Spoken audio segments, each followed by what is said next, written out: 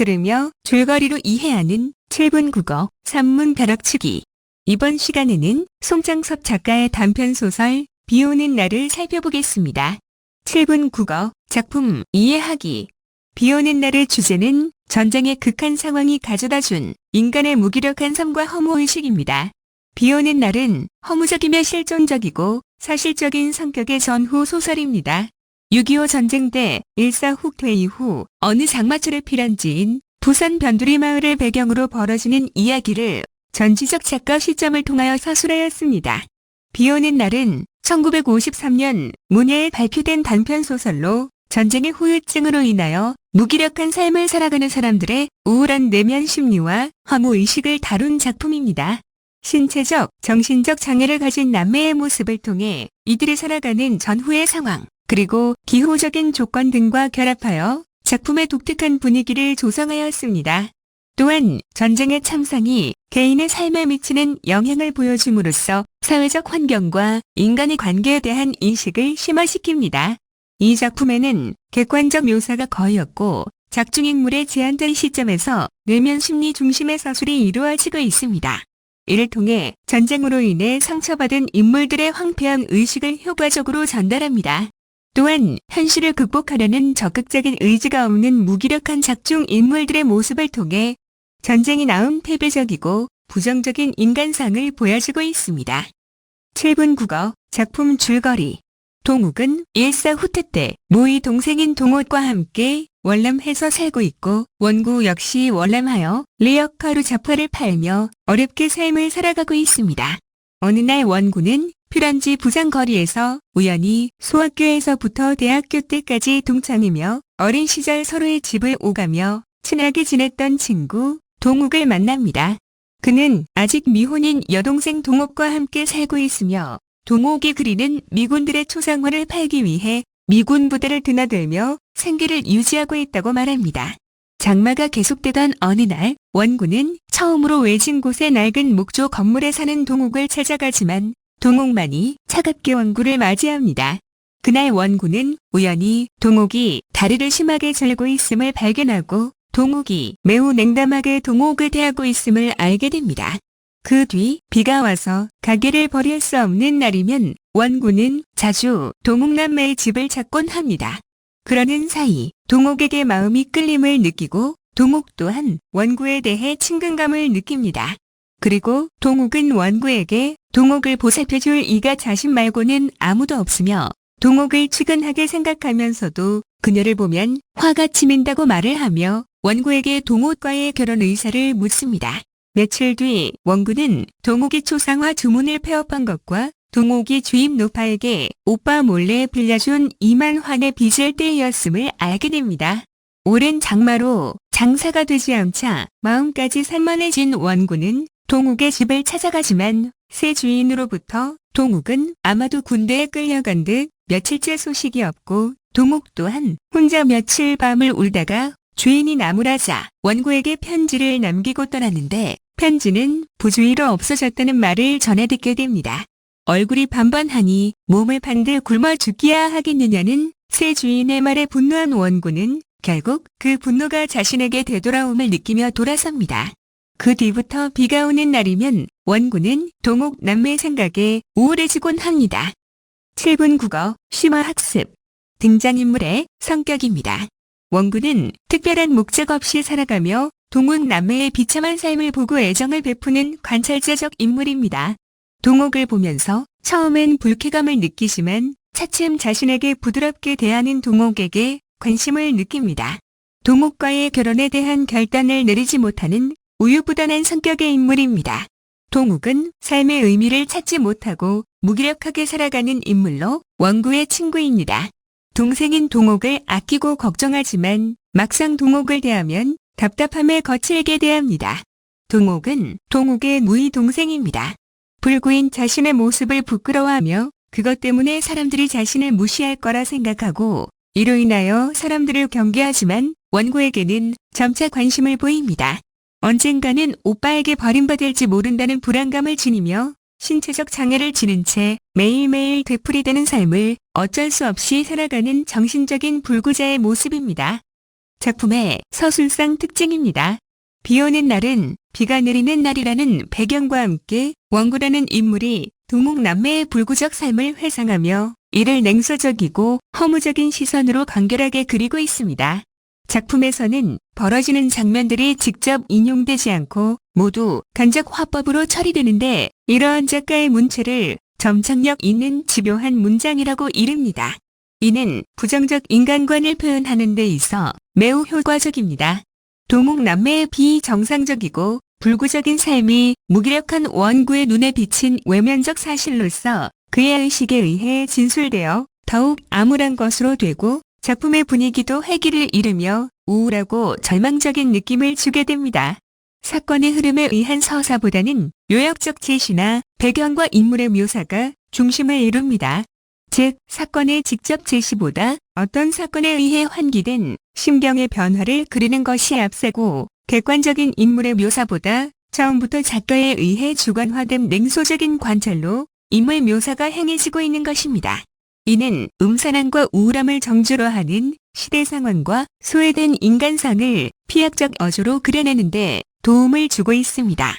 특히 종결 표현인 것이다 또는 것이었다 와 같은 종결 표현을 통한 간접 화법을 사용하여 독자들의 의식 속에 존재하는 사건보다는 그 사건에 의해 환기된 나레이터의 감정을 전달하는 데 중점을 둡니다.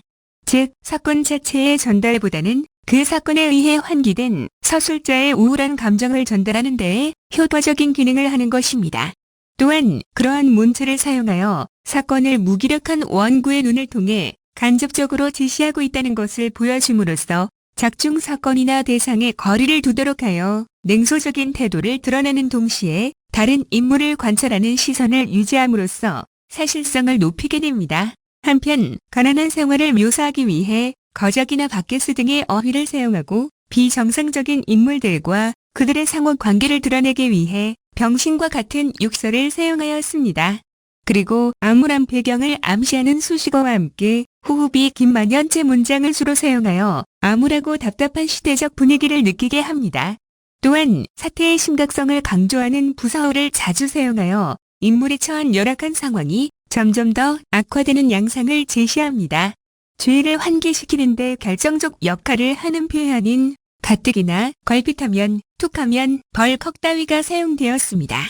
이와 함께 사건의 주의를 간접적으로 제시하며 등장인물들이 처한 상황이 거부될 수 없을 만큼 압도적으로 다가온다는 것을 알려주는 기능을 담당합니다. 제목의 상징성입니다. 비 오는 날의 시간적 배경은 장마철입니다. 비가 내리는 날의 우중충한 분위기는 작중 인물들의 남루한 삶과 황폐한 내면을 더욱 두드러지게 합니다. 눅눅한 분위기와 끈끈한 불쾌감을 느끼게 하는 장맛비가 계속해서 내린다는 점은 인물들이 처해 있는 상황이 캄캄하게 막혀 있음을 뜻합니다. 손창섭 작가의 작품들은 대개 비가 오거나 해가 지는 풍경과 같이 음산하고 어두운 분위기로 시작되어 역시 어두운 분위기로 끝나게 됩니다. 이러한 분위기는 절망과 무기력과 무위로 인하여 구질구질한 작중 인물들의 상황을 선명하게 드러내주는 것입니다. 또한 등장인물이 느끼는 중압감과 우울하고 궁핍한 삶을 그려내는 데 이바지합니다. 공간적 배경의 의미입니다. 비 오는 날은 전쟁 중 피난지인 부산이라는 사회적 시공간적 배경과 장맛비가 내리는 상황적 배경이 적절하게 배합되어 등장인물들의 생존의 비극성을 밀도 있게 구현하고 있습니다. 부산은 6.25 전쟁 중에 고향을 떠나 남으로 피난 내려온 사람들이 모여 살던 곳으로 고향을 떠나 월남한 사람들이 절망적인 삶을 살아가던 장소입니다. 더욱이 인가에서 외따로 떨어진 곳에 위치한 동욱남매의 폐가와 같은 집은 인물이 처해 있는 상황을 단적으로 드러내며 비참하고 절망적인 삶을 보여줍니다. 동욱과 동옥의 장애입니다. 비 오는 날은 전쟁 체험의 상처와 충격을 불구적 인간형을 통해 보여줍니다. 이들은 현실에 적응하지 못하고 피해의식을 가지고 살아가는 인물들입니다. 동욱남매는 전쟁으로 인한 상처가 내면화되어 서로 의지하면서도 서로에게 상처를 주는 신체적, 정신적 불구를 지니고 있습니다. 동욱은 정신적 불구를 상징합니다. 사소한 일에도 동욱에게 신경질을 부리며 악에 바친 말을 쏟아내어 울분을 토로합니다. 반면에 동옥은 정신적, 육체적 불구를 상징합니다. 어릴 적 소아마비로 다리에 장애를 갖게 되어 사람들에 대한 적대감을 가지고 있는 인물입니다.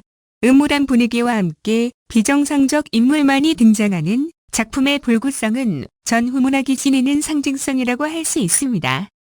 동생 동옥에 대한 동욱의 태도입니다. 동욱은 대학에서 영문학을 전공하였지만 피란체에서는 하루하루를 비참하게 살아가고 있습니다. 게다가 육체적 불구인 여동생을 제대로 보살피지도 못하고 미군 부대를 돌며 동생이 그린 초상화의 주문을 받아오는 일을 하면서 피폐한 삶을 살고 있습니다. 이러한 상황에서 동욱은 시대의 현실에 대한 분노와 자신의 앞날에 대한 암울함, 그리고 동생에 대한 미안함과 이를 책임져야 한다는 부담감 등으로 동욱에게 폭언을 하는 모습을 보입니다. 동욱의 정신적 불구성을 보여주는 행동이 지닌 의미입니다. 동욱은 원구가 동욱의 집을 찾아가 동욱의 집이 맞느냐는 질문에 고개만 약간 끄덕여 보일 뿐 눈썹 하나 까딱하지 않습니다. 또한 동욱군 어디 나갔습니까? 하고 재차 묻는 말에도 고개만 끄덕하고 나서 원구를 까딱 모를 모멸과 일종의 반항적 태도까지 서려있는 눈으로 노려보듯 하기만 합니다. 이러한 동욱의 행동은 낯선 사람과 거리감을 두려는 행동으로 동욱이 현실적 삶에 제대로 적응하지 못하는 인물임을 보여주는 것입니다. 그러나 원구가 자주 찾아감에 따라 동욱의 모습은 점차 변해갑니다. 사람들에게 관심을 보이고 자신의 감정을 점차 표현할 수 있게 되었던 것입니다. 동욱의 이러한 변모는 인간적 유대감 형성에 대한 믿음을 표현하고 있는 것입니다. 외부 세계에 대한 적대감까지도 가지고 있던 동욱이 이를 해소해 나가는 과정을 보이기 때문입니다. 하지만 소설의 결말에서 동욱이 사라짐으로써 이러한 믿음은 다시 깨지게 되고 동욱과 원구의 유대적 관계도 단절됩니다. 이렇듯 현실을 타개할 수 없는 절망적 상황에서 타인과의 유대감조차도 형성할 수 없는 폐쇄적 인물의 설정은 1950년대 전쟁의 상황과도 긴밀히 연관된 것이라고 할 수 있습니다. 동욱이 목사가 되려 하면서 술을 마시는 이유입니다. 동욱이 목사가 되려는 이유는 극단적 불행에서 벗어나 정신적 안정을 얻으려는 의도에서 비롯된 것입니다. 삶이 파탄에 이를수록 정신의 귀의 철을 얻고자 하는 의지도 커지게 됩니다. 따라서 동욱이 술을 마시는 행위를 불행한 현실을 반영하는 것이라고 한다면 목사가 되려는 것은 그러한 삶으로부터 벗어나려는 의지를 드러내려는 것이라고 할 수 있습니다. 동욱 남매가 사는 집의 기능입니다. 비 오는 날에서 비와 함께 어두운 분위기를 조성하는 것이 바로 폐가와 같은 동욱 남매의 집입니다. 어둡고 곧 쓰러질 것 같은 낡은 집은 그 자체로 몰락해가는 인물들의 운명을 상징합니다. 또한 비가 새서 양동이로 물을 받는 모습이 더해지면서 인물들의 비참한 삶을 강조하는 기능도 담당합니다. 해결되지 않은 결말의 효과입니다. 작품의 마지막 부분에서 원구는 남매의 집을 다시 찾지만 이미 동욱과 동욱이 모두 떠난 상태였습니다. 그곳에서 원구는 동욱은 얼굴이 반반하니 몸을 팔아서라도 굶어 죽진 않을 거라는 주인의 말을 듣고 분노합니다. 원구는 주인이 동욱을 팔았을 거라고 생각하면서도 말없이 발길을 돌이키며 자책감을 느낍니다. 결국 이 소설은 문제가 해결되지 못한 채 결말지어집니다. 원구의 관심으로도 동욱 남매의 삶을 구제하지 못한 것입니다. 이러한 결말은 전후의 절망적 상황을 보다 사실적으로 보여주는 것입니다. 더불어 인간의 무기력함과 허무의식을 더욱 강조하는 효과를 거두고 있습니다. 손창섭 소설의 인물과 묘사상의 특징입니다. 손창섭 소설의 인물들은 정상적인 삶을 살아가지 못합니다. 그들은 스스로의 의지에 의해서 행동하지 않고 마치 어떤 동물처럼 수동적인 자세로 움직이는 이상 성격자들입니다. 작가의 초기 단편들에서는 주로 심신장애자가 등장하고 후기에는 비정상적인 삶을 영위하는 인간들이 주인공으로 등장합니다. 게다가 그러한 인물들은 현실 상황이 주는 압력을 그대로 받아들여야만 하므로 불행한 삶이 더욱 절망으로 빠져들게 됩니다. 상위 군인이나 반군 포로 또는 병역 기피자 그리고 고아 등과 같이 해방과 6.25 전쟁으로 인하여 상처 입은 인물들이 주로 등장합니다. 비 오는 날에 등장하는 동욱과 동욱은 신체뿐만 아니라 정신적으로도 절름발이 인생을 살아갑니다.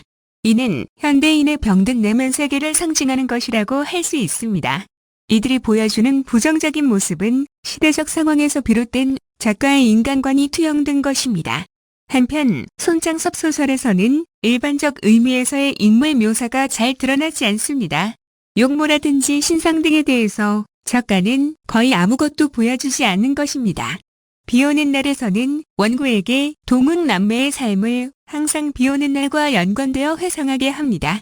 그럼으로써 비오는 날의 풍경은 작품 전체의 분위기와 등장인물의 심리를 결부시킵니다. 이는 인간에 대한 작가의 냉소적 통찰에서 나온 심리적 묘사로 리얼리티를 획득하는 하나의 방법이라고 할 수 있습니다. 비오는 날의 전후 문학적 특징입니다. 전후문학이란 한국전쟁 이후의 전쟁을 소재로 하여 인간 소외나 절망감 등과 같이 당대의 사회 현상이나 분위기를 다룬 작품을 포괄적으로 일컫는 것입니다. 전후문학은 내용적으로 실존주의와 무기력, 그리고 허무감과 같은 특징을 갖는데 이는 전쟁이 인간 삶의 조건을 송두리째 빼앗아가는 파괴적 성격을 지녔기 때문입니다. 또한 그러한 상황이 단순한 인간으로 극복될 수 없다는 인식을 드러내고 있습니다. 비오는 날은 대표적인 전후 소설로 실존주의와 휴머니즘이 반영된 작품입니다. 사건 자체가 전쟁과 관련된 현실 적응 문제이며 음울하고 절망적인 분위기와 병적인 인물들이 등장하여 당시의 상황을 잘 반영하고 있습니다. 소설의 인물들은 무기력하여 암울하고 절망적인 상황에 맞서지 못하며 다만 그곳에서 탈출하고 싶다는 생각만 꿈꿀 뿐입니다. 비오는 날에서는 이러한 사회적 상황을 형상화하기 위해 피난지에서 안정적인 직업 없이 살아가는 불구자인 동목과 같은 비정상적인 인물들을 제시하였습니다. 그리고 그러한 인물들이 받는 모멸감으로 인하여 반항적인 태도로 세상을 대하는 모습을 보여주고 있습니다. 결국 동옥과 동훈남매는 마지막 생활터전에서 남아 이탈되어 저주의 땅으로 내몰리게 됩니다. 동욱은 목사의 길을 버리고 자원 입대하며 동옥도 자기를 내팽개친 자들에 의해 최소한의 인간적 삶도 허용되지 않는 곳으로 가게 된다는 암시로 끝을 맺습니다. 이러한 고립은 시대와 사회의 병리 현상에 기인한 것으로 그들의 자폐적 개인화로 내몰아 부조리한 사회에서 철저히 파괴되어가는 인간 군상의 모습을 보여줍니다. 한국 문학에서 살펴볼 수 있는 장애의 양상들입니다. 나도향 작가의 단편소설 벙어리 삼룡이라는 작품이 있습니다. 일제강점기에 언어를 빼앗긴 민중의 현실이 벙어리라는 장애로 상징됩니다. 강경의 작가의 단편소설 지하촌이 있습니다. 일제강점기 비참한 민중의 삶을 장님과 눈병이라는 장애로 형상화하였습니다. 박태원의 단편소설 소설가 구보시의 일일이 있습니다. 식민지 지식인의 고뇌가 신경증으로 드러납니다. 하근천 작가의 순환 이대가 있습니다. 전쟁으로 인한 민족의 순환이 전림발이와 외파리로 상징됩니다. 함께 읽으면 도움이 되는 작품입니다. 현진건 작가의 단편소설 운수 좋은 날이 있습니다. 운수 좋은 날은 1920년대 서울에 사는 인력과 군인 김첨지의 어느 하루를 통해 일제강점기 도시 하층민의 비참한 생활상을 비극적으로 그려낸 작품입니다.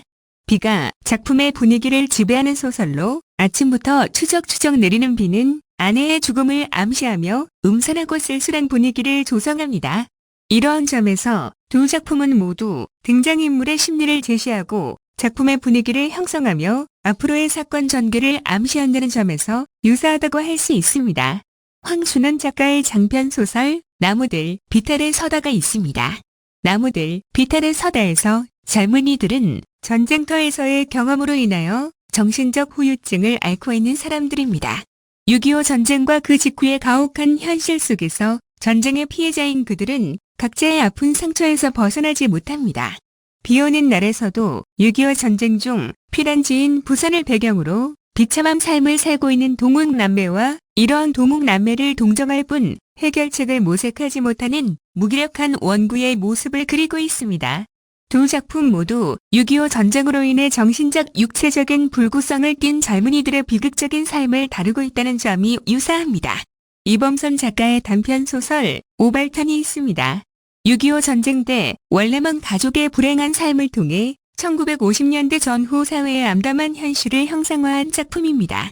비극적임에도 불구하고 강렬한 현실 고발적 성격을 지녔습니다. 전후문학 가운데 허무주의적 경향을 벗어난 작품이라는 평가를 받습니다.